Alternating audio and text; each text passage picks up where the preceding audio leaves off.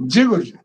जो गटर का पानी खाड़ी में जाता है और खाड़ी के पानी एकत्रित करके खेत में उसे होल्ड किया जाता है, वो सूखता है और वो सीधा नमक वाले बन जाते हैं। जी। और कुछ सुनना है? तो बोलता है बस महाराज रहने दो, थक गया मैं सुन के, साला इस संसार में कोई शुद्ध शाकाहारी नहीं है। सही बात है गुरु जी, ये बात तो फैक्ट है, बिल्कुल सही बात है।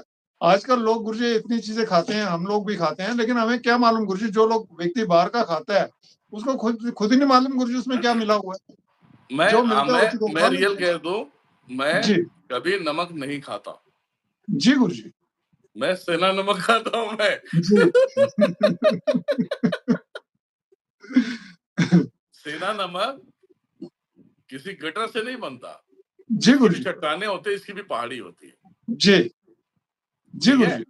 जी तो सेना नमक मैं वही खाता हूँ शुरू से लेके अभी तक। जी गुरु जी। तो गुरु जी इसका मतलब सभी को सेंधा नमक खाना चाहिए, सेंधा नमक ही। हाँ, अरे भाई सेना नमक होता है आपका, काला नमक होता है, जी उसमें शुद्धता है। जी गुरु जी। हम भोग बनाते हैं, जब बनाते हैं तो उसमें सेना नमक ही डालते हैं ना। जी गुरु जी। हाँ ऐसा होता है गुरु जी, व्रत में कहते भी सेंधा नमक खाना चाहिए, तो तो लोग ये उसको यूज करते हैं गुरु जी। ठीक पर्टिकुलर बात। सोचना चाहिए ना आपको। हाँ जी मैं सोच रहा हूँ कहीं से ना जो बनता है ना जहाँ नमक, जी गुरु मैं जी। देखता हूँ, किसी को बोलता हूँ वीडियो एक शूट करके देना बेटा, वो वीडियो देखने के बाद इनकी कैसे पछवाड़ा लाल होता है ये बता दो। हाँ जी जी गुरु जी। है ना? सही बात है, सही बात है गुरु जी, बिल्कुल। बहुत सी चीजों का गुरु जी वीडियो देखते हैं, कई बार वीडियो आ जाते हैं सामने ऐसे जिसमें जो भी आइटम्स आजकल चल रही है या लोग खाते हैं, उसमें बहुत कुछ दिखाते हैं गुरु जी कि उसको देखने के बाद इंसान का मन ही ना करे कि हम खाएं। लेकिन क्या है कि लोगों को मालूम नहीं होता, इसलिए जो मिलता है गुरु जी उसको खा लेते हैं एक अच्छा समझ के। तो ये देखो बात सही क्या है गुरु होता जी। है, कभी जी भी हम बहुत अपने आप को पवित्र समझते हैं। जी गुरु जी। हम माता को भोग लगाते हैं, ये सीक्रेट साथ मैं आज खोल रहा हूँ मैं। जी गुरु जी। मैं ये बताया नहीं था, बात अब सब्जी पाला पे गया तो साला नमक पे भी आ गया, अब बात आ गई इज्जत पे आ गई, तो साला ये भी बताना जरूरी है। समझ गए? जी गुरु जी। जी तो ये भी बताना जरूरी है। जी। कभी भी हम कोई भी खाना बनाते हैं ना तो भोग लगा देते हैं माता को, हाँ जी गुरु वो जी। नहीं लेती, जी तो लेती ही नहीं। जी।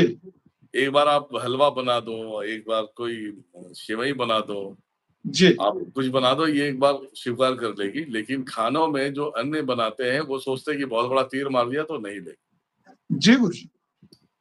और मेरे पास जो भी अन्य चढ़ते हैं वो सेना नमक के होते हैं। जी गुरु जी। लहसुन प्याज बनता नहीं है, जी लहसुन प्याज बनता नहीं है, शुद्धता होता है, पूरा भोग लगता है माता का। जी गुरु जी। तो बोलने का अर्थ यह है कि हम तो पालन कर रहे हैं, कोई करे या जी ना करे, हम कर रहे हैं जी गुरु पालन। जी। है जी ना? जी थोड़ा गुरु जी। सा ये सेना नमक हो गया, काला नमक हो गया, इन सभी में थोड़ा सा आपको उससे आदत लगानी पड़ेगी। जी बाकी लगने के बाद तो तुम अब तरक्की पे हो। हाँ गुरु जी, उसको खाने में कोई ऐसी प्रॉब्लम भी नहीं आती, वो नॉर्मल सा लगता है, जैसे दूसरा खाते हैं ऐसे लगता है, कुछ इसमें खास डिफरेंस नहीं आता खाने में।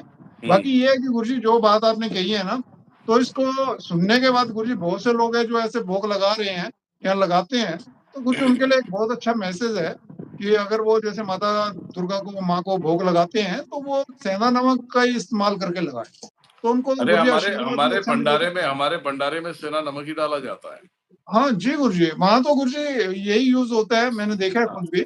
और लहसुन प्याज बिल्कुल यूज नहीं होता वहाँ पे, ये तो गुरु जी मैंने खुद देखा है वहाँ पे, और ये यही ठीक सब। बात है। तो जब गुरु जी आपको मालूम है ये और आप सेंधा नमक ही खाते हैं, तो गुरु जी भंडारे में भी वही यूज होता है। तो इसका गुरु जी मैसेज ये सबके लिए ही है कि वो लोग जैसे माता को भोग लगाते हैं, क्योंकि बहुत से लोगों का क्या रहता है गुरु जी, भोजन बनाते हैं ना, और होना भी चाहिए, वो पहले भोग माता को लगाते हैं, भगवान को लगाते हैं। तो उनके लिए ये बहुत अच्छे है कि अगर वो इस तरीके से करते हैं, सेंधा नमक यूज करके करते हैं, तो उनको बहुत अच्छे रिजल्ट मिलेंगे कुछ, बराबर। आशीर्वाद तो मिलेगी, माता की कृपा भी मिलेगी उनको। तो ये एक बहुत अच्छी बात बताई गुरु जी आपने ये। इसीलिए कहते हैं ना, जी तन में समा गए, मन में भी समा गए, जी गुरु जी। हृदय में भी समाने की पारी आई है, जी इसलिए शुद्धता रखो, हाँ बिल्कुल गुरुजी, बिल्कुल ठीक बात। तब परमात्मा तुम में जागृत होगा, अन्यथा तो जागृत होने का नाम ही नहीं। हाँ जी गुरुजी, ठीक बात है। है ना? सही बात है गुरुजी, बिल्कुल। तो यही सब। अब आगे बताइए, चलिए आगे चलते हैं। हाँ जी गुरुजी, जी। वो लिख रहा है, 9 कन्याओं को भी लहसुन प्याज के बिना देना चाहिए। अरे मूर्ख प्राणी, जी नवरात्रि में कोई भी खाना बनती है लास्ट टाइम में, तो उसमें ना लहसुन होता है ना प्याज होता है, जी, मसाला भी नहीं होता उतना। बिल्कुल गुरुजी, ठीक और बात है। अभी भी यही है, मूर्खों जैसी अगर पूछोगे तो कैसे काम होगा तुम्हारा?